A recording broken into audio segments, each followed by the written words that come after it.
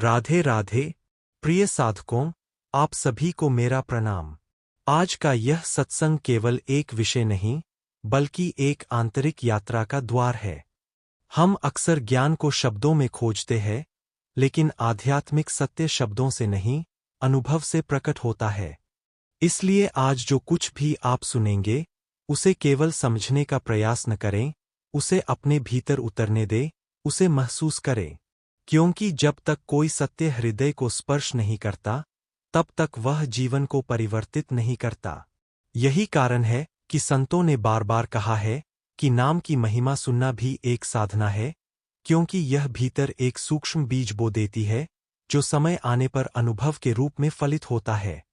आप अपने जीवन पर ध्यान दीजिए, जब सब कुछ अनुकूल होता है, जब इच्छाएं पूरी हो रही होती है, जब शरीर स्वस्थ होता है और मन प्रसन्न होता है, तब भगवान का स्मरण बहुत कम होता है। उस समय हमें लगता है कि हम स्वयं ही सब कुछ संभाल सकते हैं।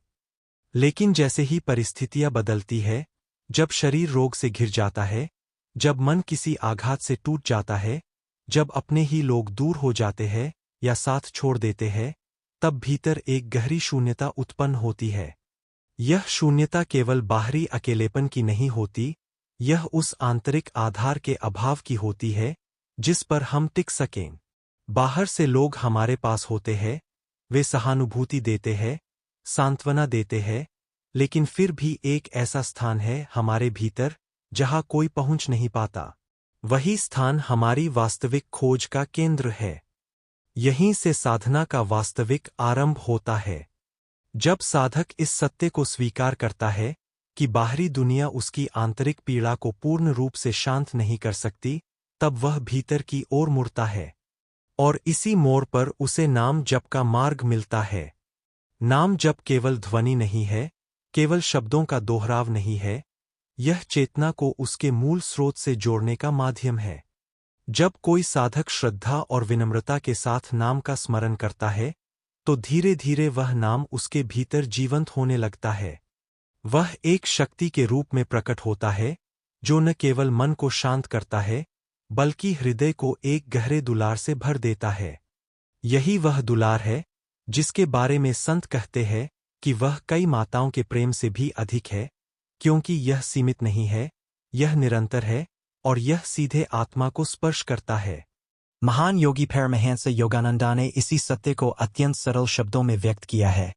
जब दुनिया तुम्हें छोड़ देती है, तब भगवान का नाम तुम्हें थाम लेता है। इस वाक्य में केवल सांत्वना नहीं, बल्कि एक गहरा आध्यात्मिक नियम छिपा है। संसार का हर सहारा परिस्थितियों पर निर्भर है, लेकिन नाम का सहारा आपके भीतर से उत्पन्न होता है, इसलिए वह कभी टूटता नहीं। आज का यह सत्संग उसी अनुभव की ओर पहला कदम है, जहां आप बाहरी सहारों से आगे बढ़कर उस आंतरिक शक्ति को पहचान सकें, जो हर स्थिति में आपको संभाल सकती है, आपको दुलार दे सकती है, और आपको एक ऐसी शांति प्रदान कर सकती है, जो किसी भी परिस्थिति से परे है। साधकों, जब जीवन किसी गहरी परीक्षा के दौर से गुजरता है, चाहे वह असहनीय शारीरिक पीड़ा हो, भीतर से तोड़ देने वाला मानसिक तनाव हो, या ऐसा दुख जिसे शब्द भी व्यक्त न कर सकें, तब मनुष्य पहली बार अपने वास्तविक अकेलेपन से परिचित होता है।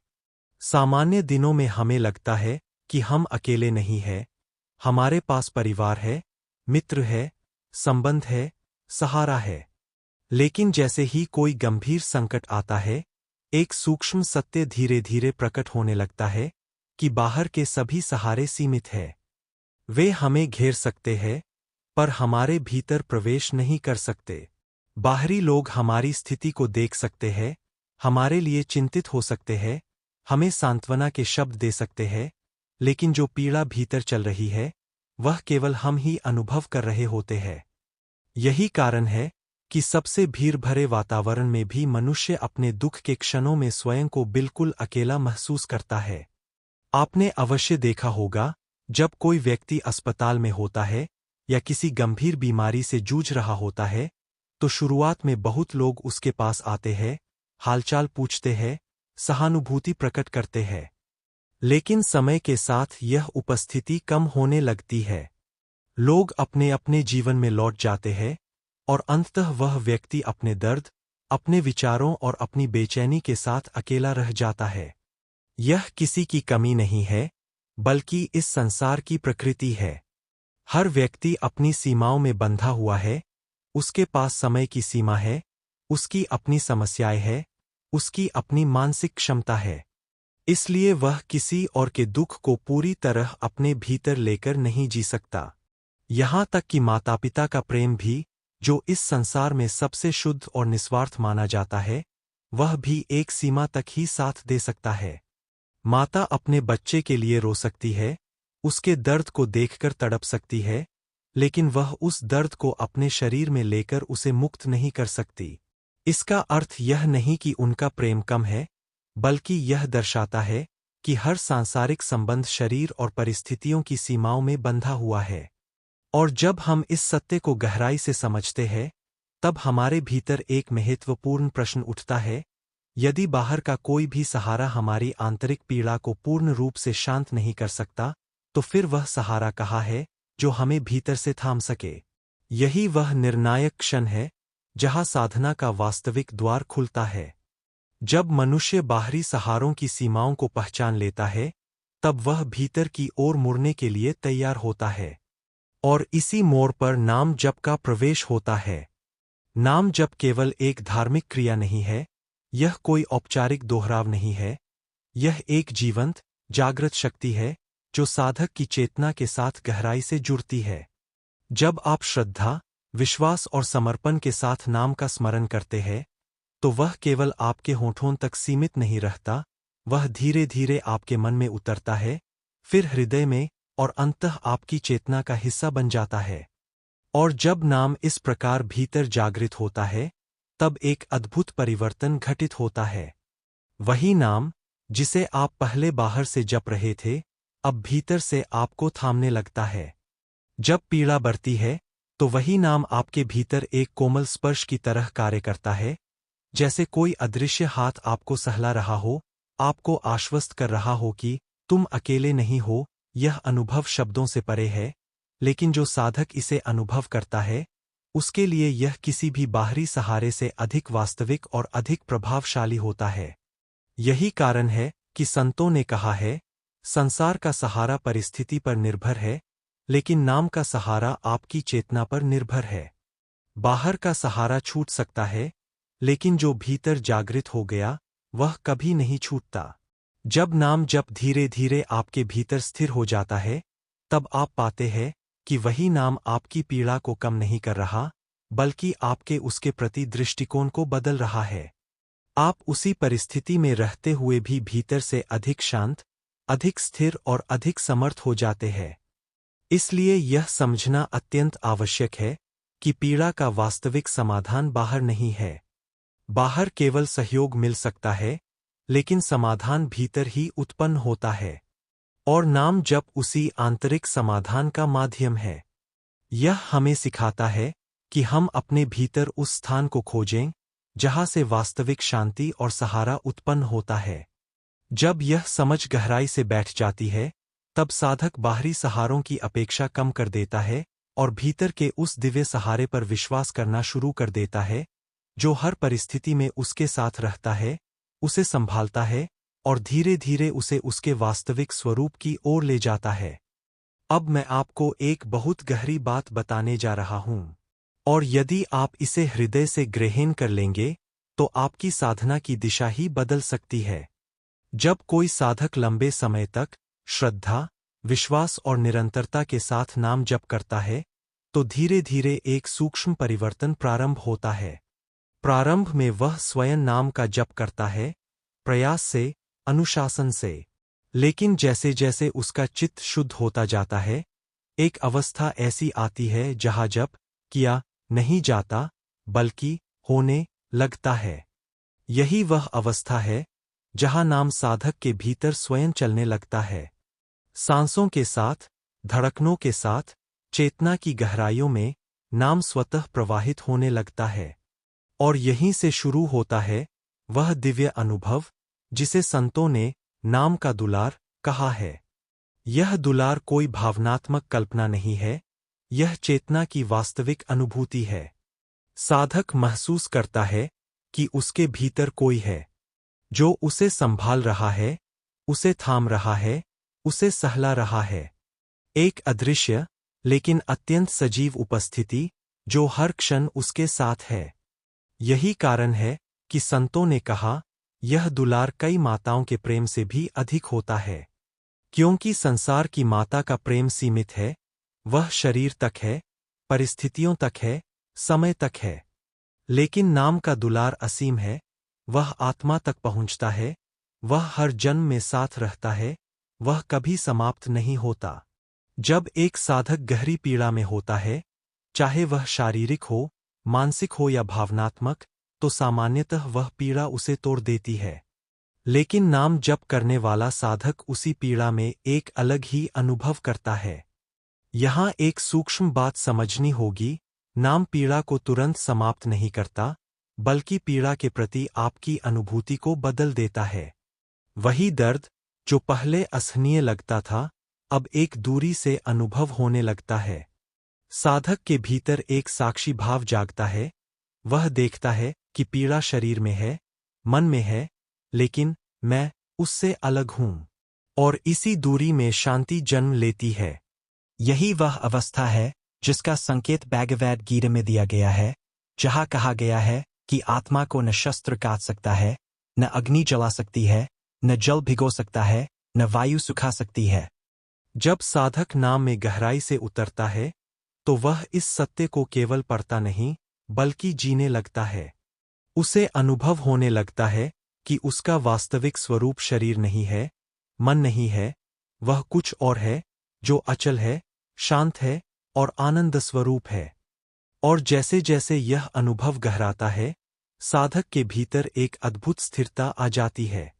बाहरी परिस्थितियां चाहे जैसी भी हों, सुख हो या दुख, लाभ हो या हानि, उसके भीतर एक समान शांति बनी रहती है। यही नाम का दुलार है, जो हर परिस्थिति में आपको अपने में समेट लेता है। यह दुलार आपको कमजोर नहीं बनाता, बल्कि आपको इतना मजबूत बना देता है कि जीवन की सबसे कठिन परिस्थितियां भी आपको भीतर से हिला नहीं पातीं। धीरे धीरे साधक यह भी अनुभव करता है कि उसे अब बाहरी सहारों की उतनी आवश्यकता नहीं रही। पहले वह लोगों से सांत्वना चाहता था, सहानुभूति चाहता था, लेकिन अब उसका आधार भीतर बन चुका है। नाम उसका साथी बन गया है, उसका मित्र बन गया है, उसकी माता बन गया है। और यह संबंध इतना गहरा, इतना आत्मीय होता है कि साधक को लगता है, मैं कभी अकेला था ही नहीं। मैं तो हमेशा इसी दुलार में था, बस मुझे उसका बोध नहीं था। यही नाम जप की पराकाष्ठा है, जहाँ साधक और नाम के बीच कोई दूरी नहीं रहती। जहाँ जप करने वाला, जप और जिसका जप किया जा रहा है, तीनों एक हो जाते हैं। और उसी एकत्व में वह आनंद प्रकट होता है, जिसे शब्दों में बांधना संभव नहीं, केवल अनुभव किया जा सकता है। जब नाम जप में साधक को वास्तविक रस आने लगता है, तब उसके जीवन में जो परिवर्तन होता है, वह केवल व्यवहार का नहीं, बल्कि चेतना के स्तर का परिवर्तन होता है। यह कोई साधारण रुचि नहीं होती कि आज अच्छा लगा, कल नहीं लगा। यह एक गहरी, स्थायी अनुभूति होती है, जो भीतर से उठती है और पूरे व्यक्तित्व को बदल देती है। पहले जो मन बाहर बाहर भटकता था, विषयों में, लोगों में, परिस्थितियों में, वही मन अब भीतर की ओर लौटने लगता है। उसे बाहरी शोर में आनंद नहीं आता, क्योंकि उसने भीतर की मौन मधुरता को छू लिया है। और एक बार जब मन उस आंतरिक रस का स्वाद ले लेता है, तो स्वाभाविक रूप से उसकी दिशा बदल जाती है। धीरे धीरे साधक अनुभव करता है कि भीड़ में रहकर भी वह भीतर से अलग है। वह अपने कार्य करता है, लोगों से मिलता है, संसार के कर्तव्यों को निभाता है, लेकिन भीतर एक दूरी बनी रहती है। यह दूरी उदासीनता नहीं है, बल्कि एक सजगता है। वह अब हर चीज में लिप्त नहीं होता, बल्कि साक्षी बनकर देखता है। और जब वह अकेला होता है, तब उसे कोई कमी नहीं लगती, बल्कि वही समय उसके लिए सबसे प्रिय हो जाता है। जहाँ पहले अकेलापन बोझ लगता था, अब वही एकांत आनंद का द्वार बन जाता है। इस अवस्था को समझने के लिए एक सूक्ष्म अंतर समझना होगा, अकेलापन और एकांत एक जैसे नहीं है। अकेलापन तब होता है जब भीतर खालीपन होता है और हम बाहर किसी सहारे की तलाश करते हैं। लेकिन एकांत तब होता है जब भीतर पूर्णता होती है और हमें बाहर किसी सहारे की आवश्यकता नहीं रहती। नाम जप का रस साधक को इसी एकांत की ओर ले जाता है। वह धीरे धीरे अपने भीतर इतना भर जाता है कि उसे बाहरी संगति की आवश्यकता कम हो जाती है। यही कारण है कि ऐसे साधक को बोलना कम अच्छा लगता है। वह चुप रहना चाहता है क्योंकि उसके भीतर जो चल रहा है वह शब्दों से कहीं अधिक गहरा और मधुर होता है। सामान्य वार्तालाप, दुनियावी बातें, तर्क वितर्क, ये सब उसे अब हल्के और सतही लगने लगते हैं। यह किसी के प्रति अवमानना नहीं है, बल्कि उसकी चेतना का स्तर बदल गया है। जैसे कोई व्यक्ति बहुत ऊंचे संगीत का आनंद ले रहा हो तो उसे साधारण शोर में रुचि नहीं रहेगी, वैसे ही नाम का रस साधक को भीतर से इतना तृप्त कर देता है कि बाहरी ध्वनियां उसे आकर्षित नहीं करतीं। संतों ने इस अवस्था को अमृत के समान बताया है। जैसे कोई व्यक्ति अमृत का स्वाद चख ले तो फिर उसे साधारण जल में रस नहीं आता, ठीक वैसे ही जब नाम का रस प्रकट होता है तो संसार के विषय फीके लगने लगते हैं। यहाँ यह समझना आवश्यक है कि यह संसार से भागना नहीं है, बल्कि संसार के पार देखना है। साधक अपने कर्तव्यों से भागता नहीं, लेकिन अब वह उनसे बंधता भी नहीं। वह करता सब कुछ है, लेकिन भीतर से स्वतंत्र रहता है। और जैसे जैसे यह रस गहराता है, साधक के भीतर एक और अद्भुत प्रक्रिया शुरू होती है, दिव्य मार्गदर्शन। उसे महसूस होने लगता है कि वह अकेले निर्णय नहीं ले रहा, बल्कि कोई सूक्ष्म शक्ति उसे दिशा दे रही है। कई बार बिना सोचे ही सही विचार आ जाते हैं, सही निर्णय हो जाते हैं, और बाद में समझ आता है कि यह किसी उच्च चेतना का संकेत था। यह कोई चमत्कारिक घटना नहीं, बल्कि शुद्ध हुए चित्त की स्वाभाविक अवस्था है। जब मन शांत हो जाता है, तब वह उस सूक्ष्म प्रेरणा को सुन पाता है, जो हमेशा से भीतर उपस्थित थी। यह मार्गदर्शन कभी कभी अंतर्ज्ञान के रूप में आता है, कभी किसी गहरे विश्वास के रूप में, और कभी एक स्पष्ट आंतरिक आवाज के रूप में, जो बिना शब्दों के भी समझ में आ जाती है। यही वह अवस्था है जहाँ साधक का संबंध अपने इष्ट से जीवंत हो जाता है। अब भगवान केवल पूजा का विषय नहीं रहते, बल्कि एक सजीव उपस्थिति बन जाते हैं, जो हर क्षण साथ है, हर कदम पर मार्गदर्शन कर रही है। धीरे धीरे साधक को यह भी अनुभव होने लगता है कि उसके भीतर एक स्थायी आनंद स्थापित हो गया है। यह आनंद किसी कारण पर आधारित नहीं है, न किसी वस्तु पर, न किसी व्यक्ति पर, न किसी परिस्थिति पर। यह अपने आप में पूर्ण है। यही कारण है कि ऐसे साधक के चेहरे पर एक सहज शांति दिखाई देती है, उसकी आंखों में एक अलग ही चमक होती है, और उसके आसपास एक अदृश्य शांति का वातावरण बन जाता है। यह अवस्था किसी कल्पना का परिणाम नहीं है, बल्कि निरंतर अभ्यास, श्रद्धा और समर्पण का फल है। और सबसे महत्वपूर्ण बात, यह किसी एक विशेष व्यक्ति के लिए नहीं है। यह हर उस साधक के लिए संभव है जो धैर्यपूर्वक नाम जप में लगा रहता है। शुरुआत में मन भटकेगा, ऊब होगी, संदेह आएंगे, लेकिन यदि साधक दृढ़ता से बना रहता है तो एक दिन वही नाम उसके भीतर रस बनकर प्रकट होता है। और जब यह रस प्रकट हो जाता है, तब जीवन की दिशा ही बदल जाती है। अब साधक बाहर सुख खोजने नहीं जाता, क्योंकि उसने भीतर का स्रोत पा लिया है। अब वह दुनिया में रहते हुए भी दुनिया से परे होता है। और यही है नाम जप की वह अवस्था, जहाँ एकांत अकेलापन नहीं, बल्कि परम आनंद का द्वार बन जाता है। लेकिन साधकों, यहाँ एक बहुत महत्वपूर्ण सत्य को समझना आवश्यक है।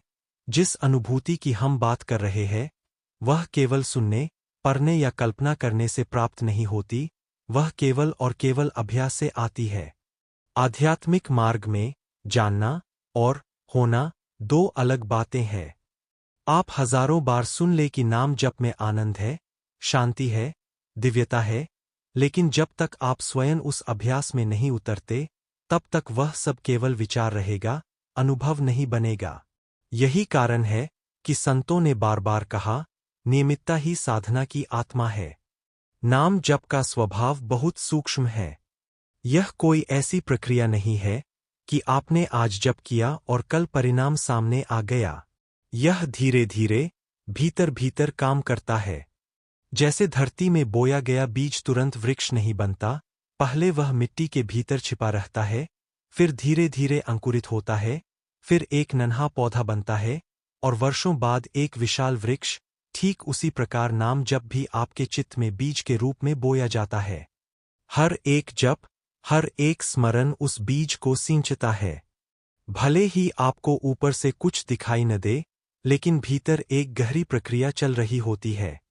यहाँ सबसे बड़ी भूल जो साधक करते हैं, वह यह है कि वे परिणाम को जल्दी देखने की इच्छा रखते हैं।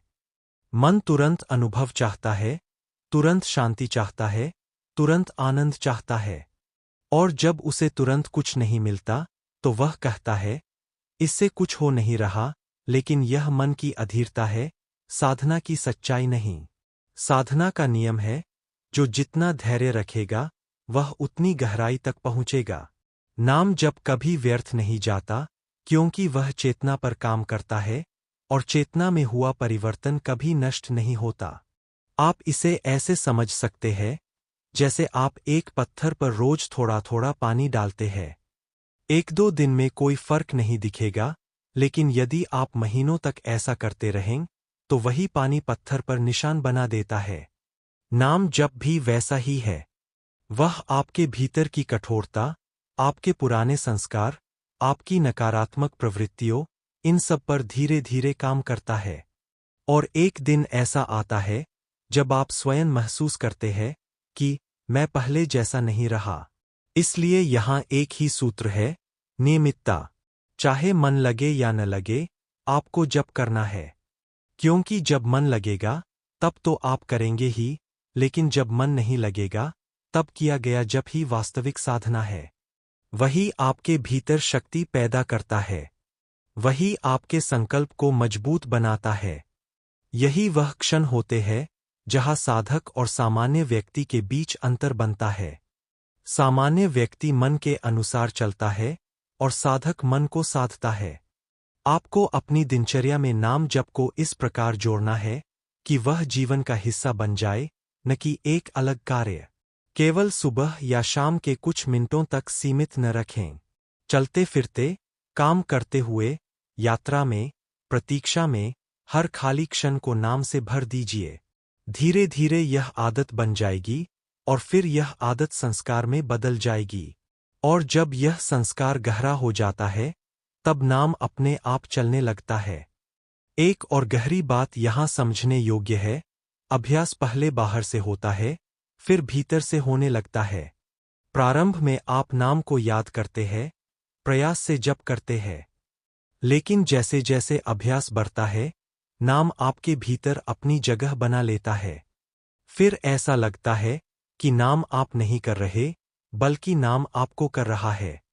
यही वह अवस्था है जहाँ साधक कहता है, अब मैं नहीं, नाम ही है। और जब यह अवस्था आती है, तब अनुभव स्वतः प्रकट होते हैं।